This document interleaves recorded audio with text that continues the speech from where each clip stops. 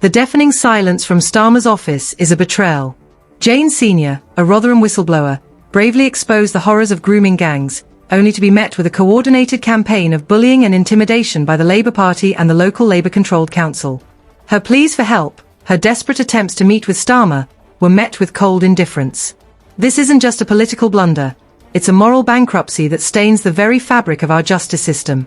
Starmer, the man tasked with upholding the law as Director of Public Prosecutions, stood idly by while a courageous woman was silenced for daring to speak truth to power. This inaction, this complicity, raises serious questions about Starmer's judgment and his fitness to lead. The Labour Party's attempts to bury this scandal are pathetic and transparent. They think they can simply ignore it and it will magically disappear. They are wrong. This is about the safety and well-being of at least 1,400 children. Children whose lives were shattered by systemic abuse. The stench of this cover-up will not dissipate. It will cling to Starmer and his party like a shroud. Labour's desperate attempts to deflect and distract are pathetic.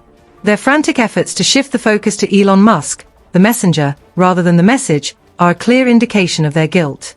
West Streeting's condescending invitation for Musk to help out, after telling him to stick to American politics, is a perfect example of their incoherent and panicked response. They are drowning in a sea of their own hypocrisy, and their flailing attempts to stay afloat are only dragging them further down. They are terrified of confronting the truth, because the truth is damning. The truth is that Starmer, the man who claims to champion justice, turned a blind eye to the suffering of vulnerable children.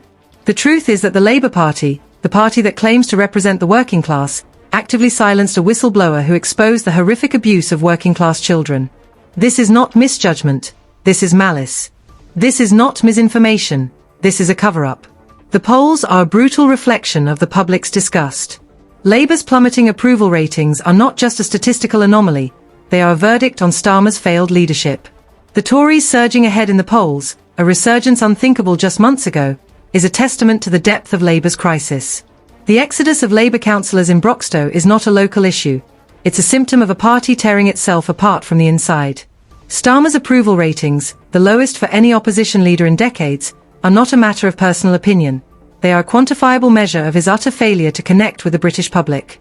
The people see through his empty rhetoric, his hollow promises, his desperate attempts to portray himself as a man of integrity. They see a man who ignored the cries of a whistleblower, a man who stood by while children were abused, a man who is now desperately trying to cling to power. The intervention of Elon Musk, Elon's father, is just another nail in Starmer's political coffin. His prediction of Starmer's imminent downfall is not just the ramblings of a disgruntled outsider, it's a reflection of the growing discontent within Labour's own ranks. The enormous backlash he describes is not a figment of his imagination. It's the palpable sense of betrayal felt by those who once believed in Starmer's leadership. His scathing assessment of Starmer's leadership as a sign of the weak side of society is not an insult. It's an accurate diagnosis of a man who lacks the moral courage to confront the consequences of his own inaction. Labour's dismissive response to Elon Musk's comments is further evidence of their detachment from reality. They are so consumed by their own internal struggles, so desperate to maintain the illusion of control, that they are blind to the storm brewing around them. Kemi Badenoch's accusations of dictatorial leadership are not just political rhetoric, they are a chilling reflection of Starmer's authoritarian tendencies. Her call for a full national inquiry into the grooming gang scandal is not just a demand for justice, it's a challenge to Starmer's complicity in the cover-up. The fact that a Tory MP is leading the charge against Starmer is a testament to the depth of his failure.